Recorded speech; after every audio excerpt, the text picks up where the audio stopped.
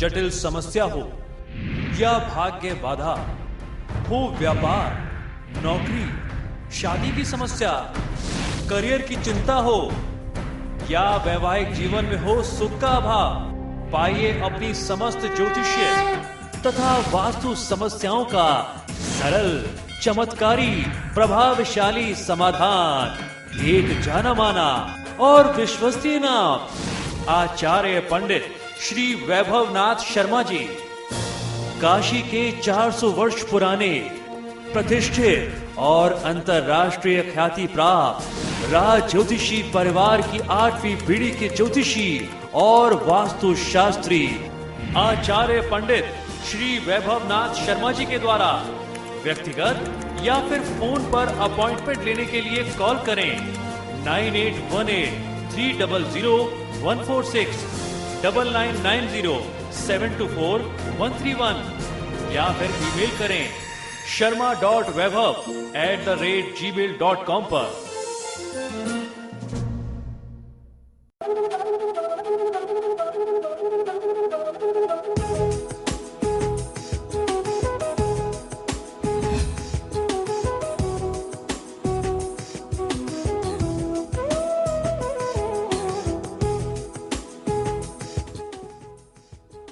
नमस्कार, स्वागत है आपका आपके सितारे में। आपके साथ मैं हूं नितिशा।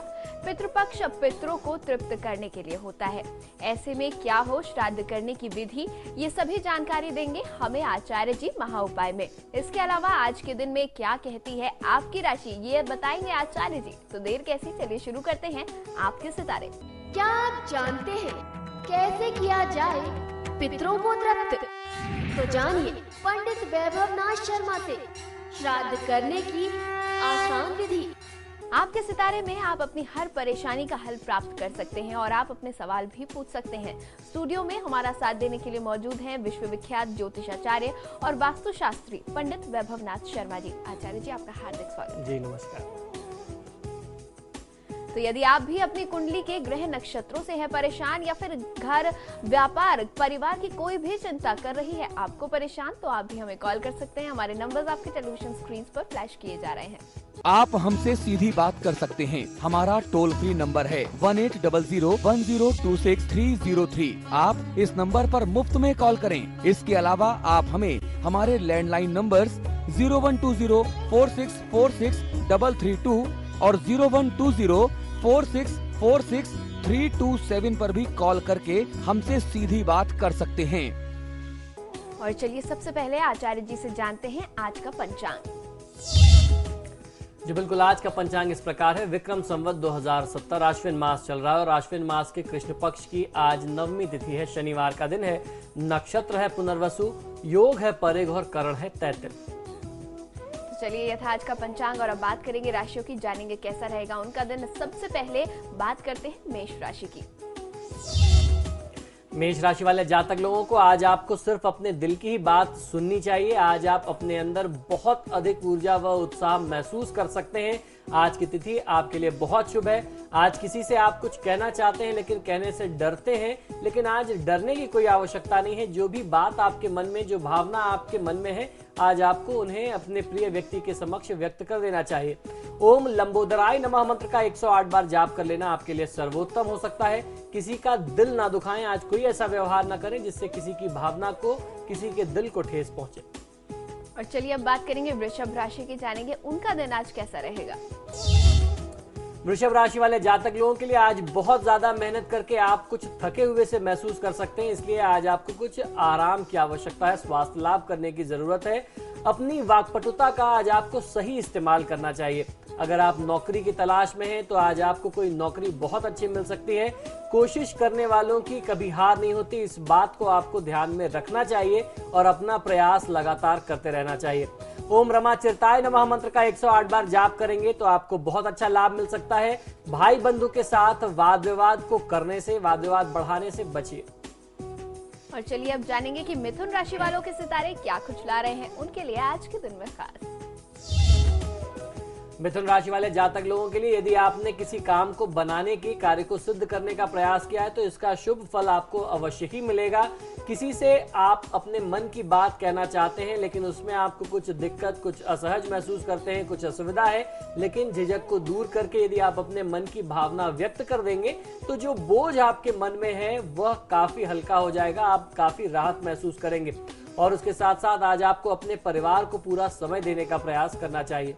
ओम मूषक वाहनाय नमः मंत्र का 108 बार जाप कर लेना आपके लिए सर्वोत्तम है। आज का दिन निवेश के लिहाज से बहुत शुभ नहीं है तो इन्वेस्टमेंट मत करिए। और चलिए अब जान लेते हैं कि कर्क राशि वालों के सितारे क्या कुछ कह रहे हैं आज। कर्क राशि वाले जातक लोग आज आप बहुत ही चुस्त, दुरुस्त और तंदुरुस्त महसूस कर सकते हैं। काफी ऊर्जा का संचार होगा, शुभ ऊर्जा आपके अंदर आज संचारित हो रही है। आज अपने काम पर ज्यादा ध्यान लगाने की आवश्यकता है। आज अपने स्वास्थ्य का ध्यान रखें तो आपके लिए और उत्तम होगा। आज आपको अपनी जिंदगी से जुड़े कुछ और नए पहलुओं के बारे में जानकारी मिल सकती है, कुछ सच जानने को मिल सकता है, कुछ तनावग्रस्त होने की स्थिति भी आपके सामने आएगी। धन से जुड़ी हुई जो समस्या, जो बाधा, जो दिक्कत चल रही थी आज वह दूर हो सकती है। आज आपको कहीं से कोई नए जॉब का, नए काम का प्रस्ताव भी मिल सकता है। ओम मुनि स्तुत्याय नमः मंत्र का 108 बार जाप कर लेना आपके लिए सर्वोत्तम है। किसी गरीब व्यक्ति का, उसकी परिस्थिति का, उसके परिवेश का अनादर और उपहास न करें। और चलिए अब जान लेते हैं कि सिंह राशि के जातकों के लिए आज दिन कैसा है। सिंह राशि वाले जातक लोगों के लिए आज आप किसी से अपने काम की बात कर सकते हैं, अपने काम को आगे बढ़ाने के लिए, अपने नौकरी के लिए, अपने व्यापार के विस्तार के लिए बात कर सकते हैं। आज अपना काम शुरू करने के लिए एक बेहतर दिन हो सकता है। आज आपसे कोई बहुत करीबी व्यक्ति आपकी मदद, सहायता मांगने आएगा तो आपको उसकी मदद अवश्य करनी चाहिए। आज आपकी जिंदगी में कोई नया बदलाव भी आ सकता है जो आपकी जिंदगी को शुभ मायनों में बहुत ज्यादा प्रभावित करेगा। ओम मायने नमः मंत्र का 108 बार जाप कर लेना आपके लिए सर्वोत्तम है। आज किसी भी प्रकार का क्रोध करने से आपको बचना चाहिए। और चलिए अब जान लेते हैं कि कन्या राशि वालों का दिन आज कैसा रहेगा। कन्या राशि वाले जातक लोग आज ठंडे दिमाग से काम करें तभी वह पूरे होंगे। आज का दिन आप अपने पार्टनर के साथ सुलह करने का दिन है, जिसका सबसे अच्छा रास्ता आप अपनी गलती खुद को ही स्वीकार कर लें तो आप जो भी विवाद चल रहा था, जो झगड़ा चल रहा था, वो तत्काल समाप्त हो जाएगा। ज्यादा भागदौड़ करने से आज आपको बचना चाहिए। आज आपकी सेहत जो है वो प्रभावित होने के योग दिखते हैं, स्वास्थ्य खराब हो जाए ऐसे संयोग हैं, तो बहुत ज्यादा तनाव आप न लें, बहुत ज्यादा भागदौड़ करने से आप बचें, ये आपके लिए उत्तम है। ओम भक्ति प्रियाय नमः मंत्र का 108 बार जाप कर लेना आपके लिए सर्वोत्तम होगा। आज किसी की निंदा में समय नष्ट न करें। तो ये था 6 राशियों का हाल। और इस वक्त हमारे साथ कुछ दर्शक फोन लाइन पर जुड़ चुके हैं जो अपनी समस्या का समाधान चाहते हैं। आचार्य जी उनकी सहायता करेंगे। हमारे साथ हरदोई से नीतू जुड़ी हुई हैं। नीतू जी अपना प्रश्न करें और साथ ही साथ जन्म विवरण भी दें। तो मेरा जन्म है 17/4/80। जी अक्सर खराब है, 30 साल में तो जानना चाहती हूँ मेरे कौन से खराब। जी बिल्कुल, आप अपना जन्म का समय और जन्म का स्थान भी बताइए। जन्म स्थान लखनऊ। जी समय बता दें। नीतू जी आपका जन्म का समय बता दें। 12:45 45। जी दिन का है या रात का है? दिन में। जी जी आपने प्रश्न किया कि आपकी कुंडली में कौन कौन से ग्रह खराब हैं, आप जानना चाहती हैं। आपको मैं बता दूं कि आपकी कुंडली के अनुसार आपकी कुंडली में पितृदोष भी बन रहा है। पितृदोष से संबंधित लक्षणों पर लगातार हम लोग पितृ पक्ष में चर्चा कर रहे हैं कि कौन कौन से ऐसे योग हैं जो पितृदोष के कारक होते हैं। उनमें से बहुत प्रमुख कारक आपकी कुंडली में बन रहा है। और उसके साथ साथ राहु की महादशा में शुक्र की अंतर्दशा चल रही है। ये समय निश्चित ही आपके लिए बहुत परेशानी वाला समय, मानसिक तनाव से परिपूर्ण करने वाला समय होगा। आपकी कुंडली में बृहस्पति जो बहुत शुभ हो सकता था वो बहुत ज्यादा पीड़ित है राहु और शनि के साथ। ऐसे में आपको बृहस्पति का निदान करना चाहिए। शनि मंगल का संयोग एक साथ एक ही ग्रह में, एक ही घर में बन रहा है, ये बहुत अच्छा नहीं है। तो ऐसी परिस्थिति में शनि, मंगल, राहु और गुरु, इन 4 ग्रहों का आपको उपाय करना चाहिए। राहु की महादशा चल रही है, जितनी ज्यादा से ज्यादा हनुमान जी की, देवी दुर्गा की, शंकर भगवान की पूजा करेंगे आपको लाभ मिलेगा। और इस वक्त हमारे साथ कानपुर से मानसी जुड़ी हुई हैं। अपना प्रश्न करें और जन्म विवरण भी दें। पंडित जी नमस्ते। जी नमस्कार, बताएं। पंडित जी मेरी डेट ऑफ बर्थ है 21 जुलाई 1996 जी। और जन्म समय है सुबह 10 बजे के 5। जी और जन्म स्थान है लखनऊ। जी। पंडित कोई काम करते हैं तो कुछ काम बनता है और मेरी शादी में भी काफी प्रॉब्लम आ रही है। क्या मेरी कुंडली में काल दोष है या कोई और दोष जी है? जी। देखिए, आपकी कुंडली में काल सर्प दोष नहीं है। अगर आपको किसी ने बताया तो आपको भ्रमित किया गया है। वर्तमान दशा ही ऐसी चल रही है कि आपको हर काम में बाधा मिलेगी। आपकी कुंडली के अनुसार मंगल की महादशा में शुक्र की अंतरदशा है। मंगल एक तरफ आपकी कुंडली में तीसरे भाव का स्वामी है, वहीं दूसरी तरफ मंगल देव जो है वो अष्टमेश है, यानी अष्टम भाव के स्वामी है। आठवां और तीसरा किसी भी व्यक्ति के लिए अगर इनकी दशा हो तो बहुत ही विपरीत परिस्थितियां होती हैं, बहुत ही विषम, बहुत ही कठोर परिस्थितियां होती हैं। जीवन संघर्ष से परिपूर्ण होता है। लगातार मेहनत करने के बावजूद भी लाभ नहीं मिलता। ऐसे में आपको करना ये चाहिए कि आने वाले मंगलवार से आपको लगातार 8 मंगलवार लाल वस्तुओं का दान करना चाहिए। लाल वस्तुओं में लाल वस्त्र होगा 1.25 मीटर, तांबे का एक पात्र होना चाहिए, 1.25 किलो गेहूं होना चाहिए, 5 टुकड़े गुड़ के हो, कुछ तांबे का यदि आप उसमें पात्र रख सकते हैं वो अच्छा है। कुछ दक्षिणा मिला करके किसी गरीब व्यक्ति को, गरीब ब्राह्मण को आप दें। 8 मंगलवार ये दान करें तो आपको बहुत अच्छा लाभ मिलेगा। और फिलहाल वक्त एक छोटे से ब्रेक का हो चला है। ब्रेक के बाद हम हाजिर होंगे और बात करेंगे बाकी की 6 राशियों के बारे में और आज के महा उपाय के बारे में।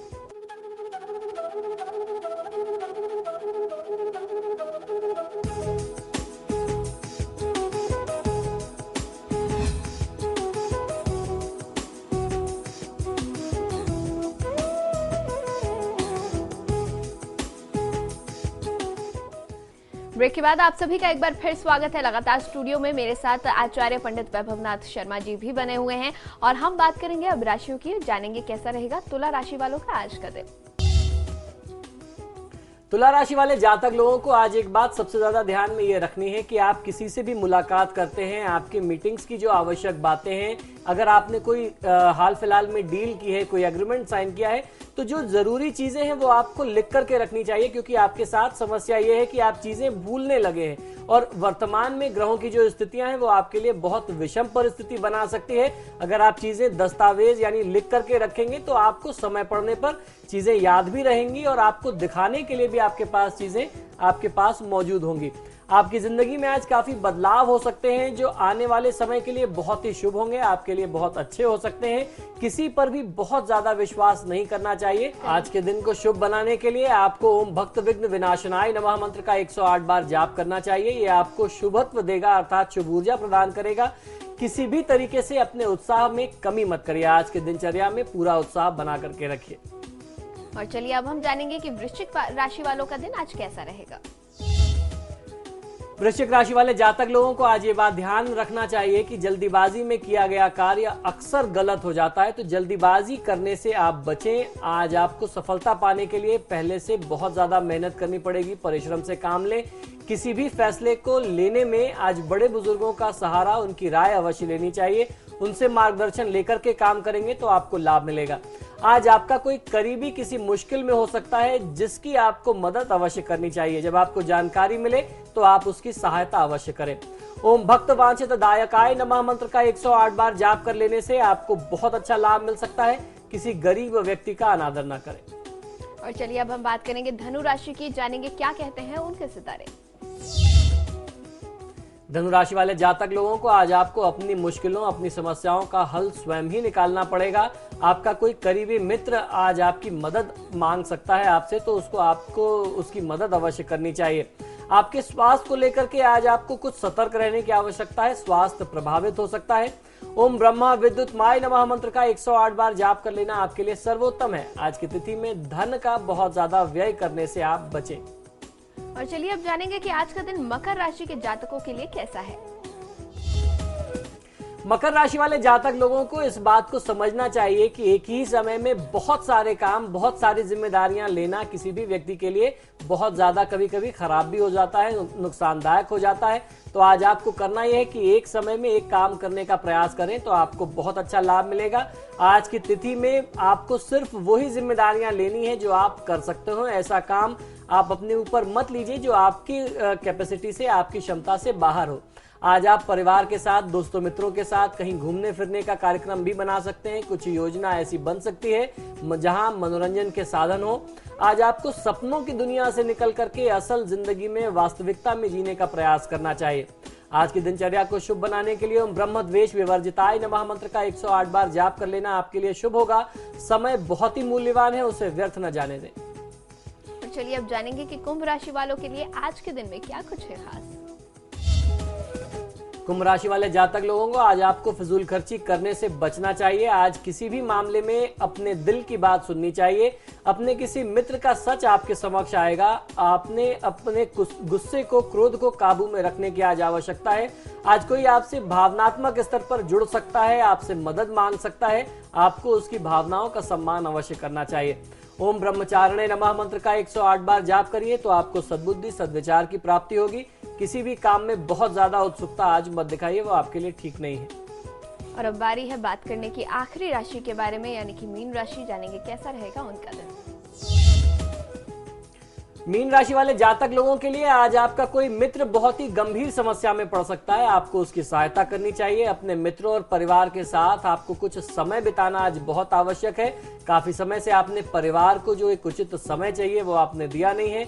अपने ठंडे दिमाग से अगर आप कुछ विचार करेंगे, जो आपकी बहुत मजबूत शक्ति है, तो आप आने वाले समय के लिए बहुत अच्छा कुछ कार्यक्रम बना सकते हैं, कार्य योजना बना सकते हैं अपने भविष्य को उज्जवल बनाने के लिए। आज अगर आपके दिमाग में कोई नया प्लान आता है, कोई नया विचार आता है, तो उसे दिमाग में ही नहीं रखना चाहिए। अपने साथ काम करने वाले लोगों के साथ आप यदि उसे बांटेंगे तो निश्चित ही कुछ उसमें सृजनात्मक हो सकता है, कुछ नया आप उससे कर सकते हैं। ओम बुद्धि प्रियाय नमः मंत्र का 108 बार जाप कर लेना आपके लिए सर्वोत्तम होगा। वर्तमान समय निवेश के लिए बहुत अच्छा नहीं है, तो इस समय में इन्वेस्टमेंट मत करिए।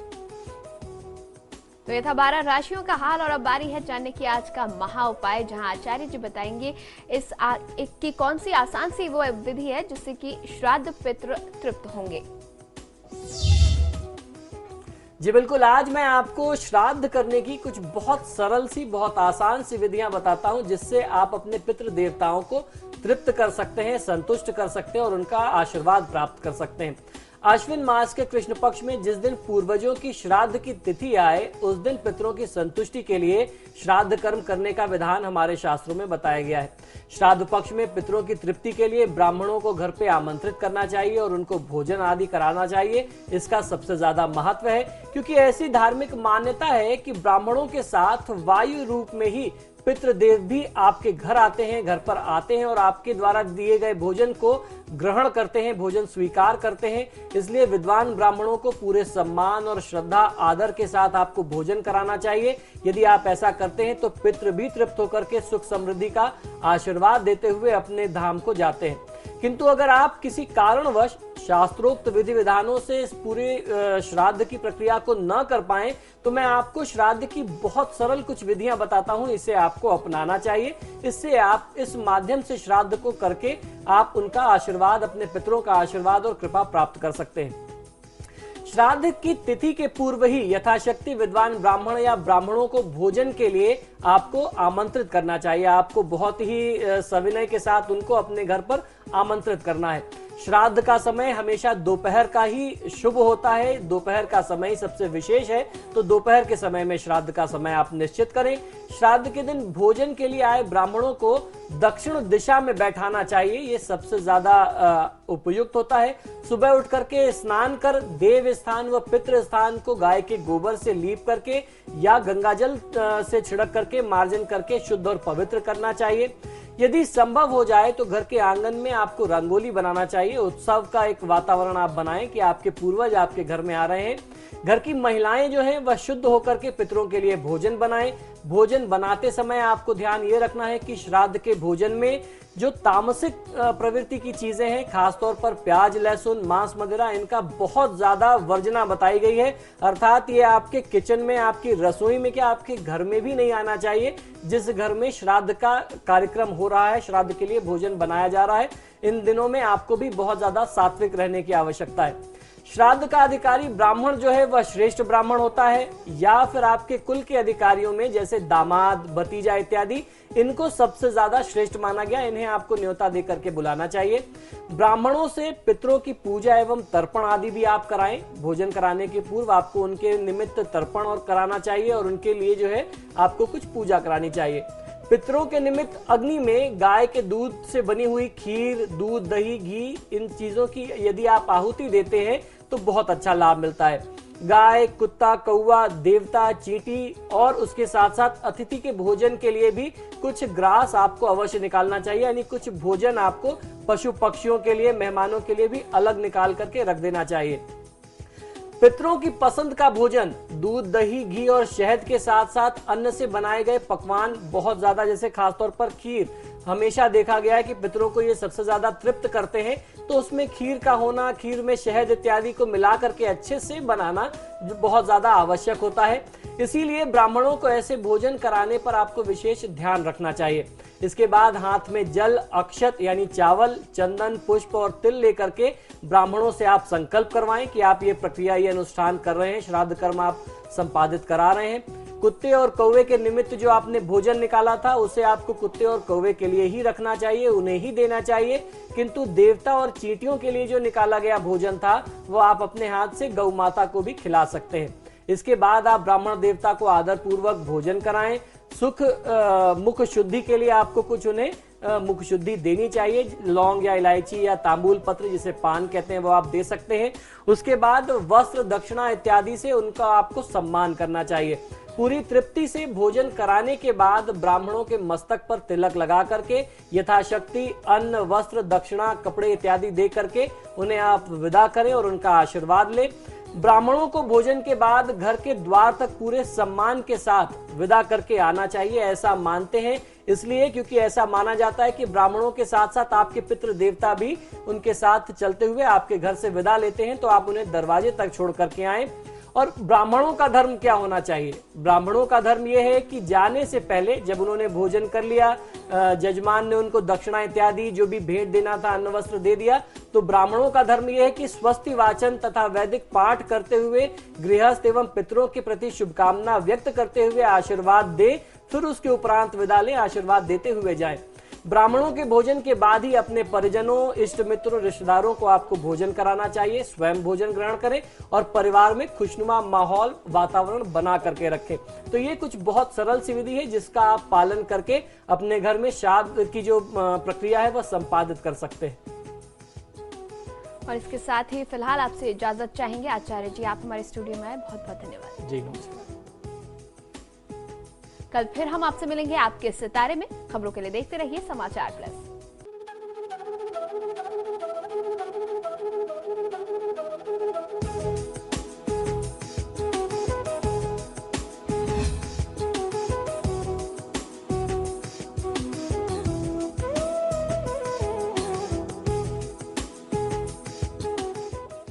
जटिल समस्या हो या भाग्य बाधा हो, व्यापार, नौकरी, शादी की समस्या, करियर की चिंता हो या वैवाहिक जीवन में हो सुख का अभाव, पाइए अपनी समस्त ज्योतिषीय तथा वास्तु समस्याओं का सरल, चमत्कारी, प्रभावशाली समाधान।